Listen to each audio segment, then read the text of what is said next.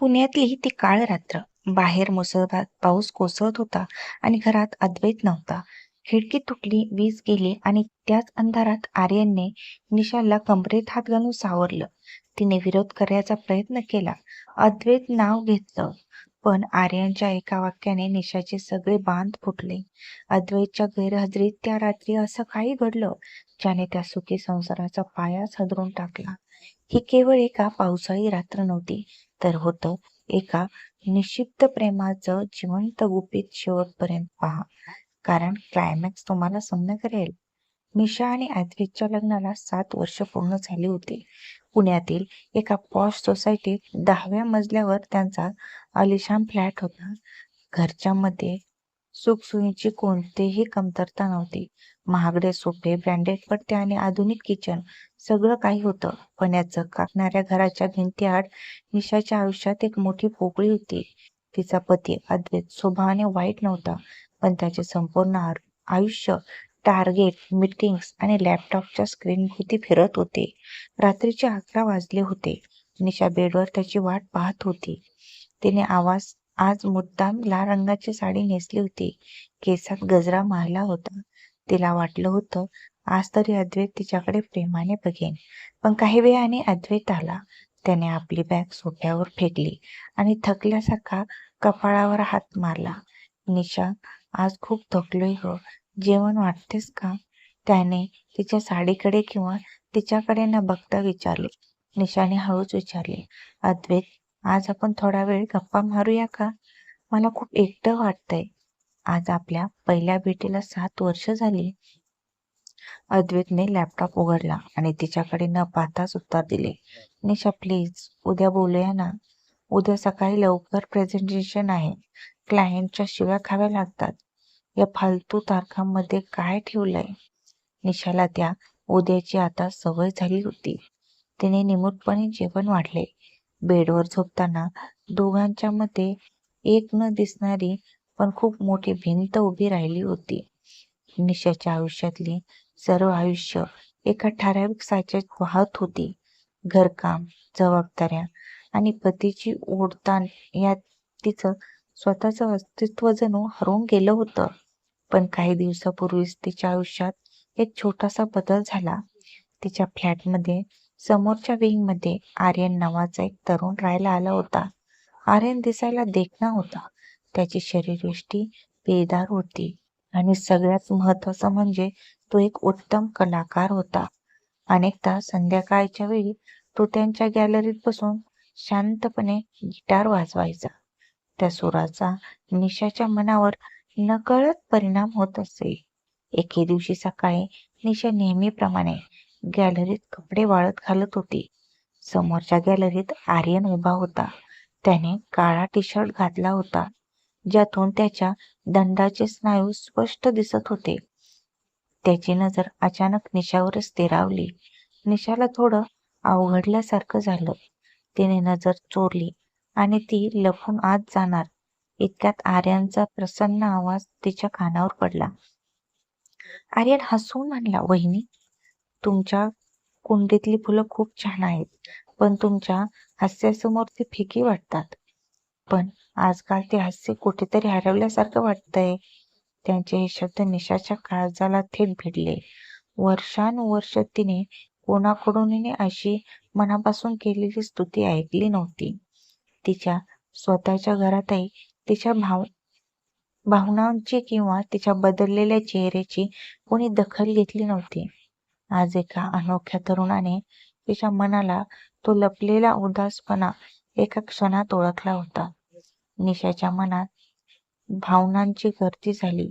ती फक्त एक मंद स्मित देऊन घाईघाईने आत निघून गेली, पण तिचं मन मात्र अस्वस्थ झालं होतं. आर्यनचे ते शब्द तिच्या डोक्यात वारंवार घुमत होते, जणू तिने स्वतःलाच नव्याने आरशात पाहिलं होतं. ऑगस्टचा महिना होता आणि पुण्यात मुसळधार पाऊस कोसळत होता. निसर्गाचे रौद्र रूप बाहेर तांडव करत होते, पण निशाच्या मनात त्याहूनही मोठे वादळ शमत नव्हते.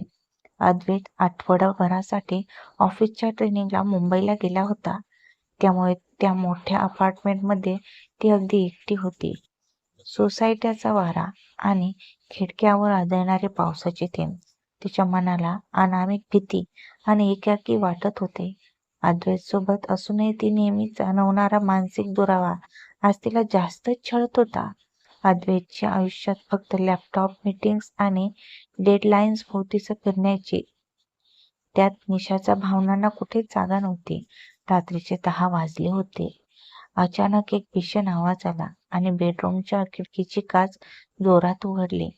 वाऱ्याच्या प्रचंड वेगामुळे खिडकीची एक बाजू निखरली होती आणि पावसाचे गार पाणी वेगाने बेडवर आणि खोलीत येऊ लागले. घाबरलेल्या निशाने आधी वॉचमनला फोन केला, पण मुसळधार पावसामुळे नेटवर्क ठप्प होते. हताश होऊन तिने शेजारी राहणाऱ्या आर्यनला मेसेज केला.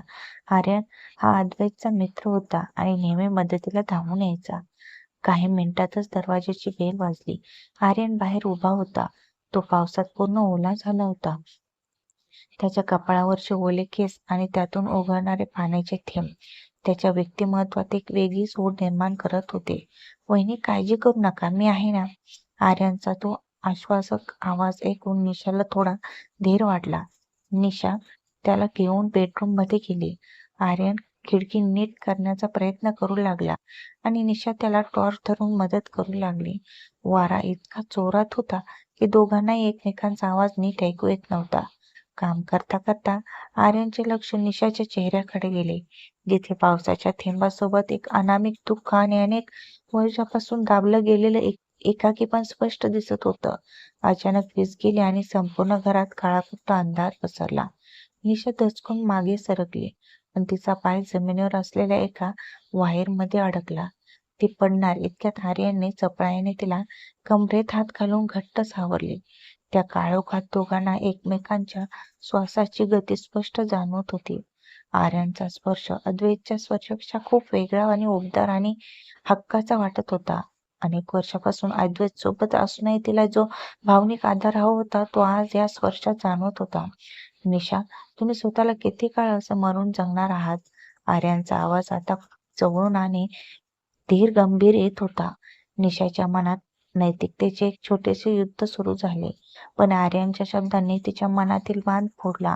अद्वैतच्या कामात, व्यापात तिचं अस्तित्व कुठेतरी हरवलं होतं. तिला केवळ एक शरीराची नाही तर एका मनाच्या ओढीची गरज होती. आर्यनने तिला हळूच सावरलं आणि तिचे अश्रू पुसले. त्या रात्री पावसाच्या आवाजात दोन एकाकी मनांनी शब्दाविना एकमेकांशी संवाद साधला. त्यांच्यातील त्या ओढीने कित्येक वर्षाचा कोरडेपणा संपवला होता. तिने स्वतःला त्या क्षणाच्या स्वाधीन केले, कारण तिला त्या एका रात्रीसाठी पुन्हा एकदा जिवंत अनुभवायचं होतं. सकाळची 5 वाजले होते. पाऊस थांबला होता आणि वातावरण एका अनामिक शांतता पसरली होती. आर्यन उठला. त्याने खिडकी तात्पुरती नीट केली होती. तो जायला निघाला तेव्हा दारापाशी थांबला आणि निशाकडे वळून पाहून मृदू स्वरात म्हणाला, स्वतःच्या आनंदासाठी कोणाची परवानगी लागत नसते निशा. हे गुपित आणि तुमचं हे स्मितहास्य कायम जपून ठेवा. 2 दिवसांनी अद्वैत मुंबईहून परतला. त्याने दारात निशाला पाहिले आणि तो दरवाजापाशीच थबकला. निशा, आज तू खूप वेगळी दिसतेस. चेहरा किती प्रसन्न आणि सतेज वाटतोय तुझा, त्याने कौतुकाने विचारले. निशा फक्त गोडपणे हसली. ते हर्षात स्वतःला पाहिले. तिचं शरीर तेच होतं, पण तिचे डोळे आता जिवंत आणि सतेज वाटत होते.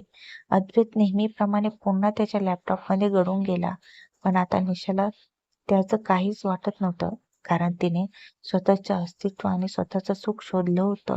त्या घरात भिंतीआड आता एका अशा गुपित सुगंध दरवळत होता, ज्याने निशाला पुन्हा एकदा स्वतःच्या प्रेमात पाडले होते. कहाणी आवडली असेल तर नक्की आपल्या चॅनलला सबस्क्राईब करा, असे छान छान कहाण्या ऐकण्यासाठी. धन्यवाद.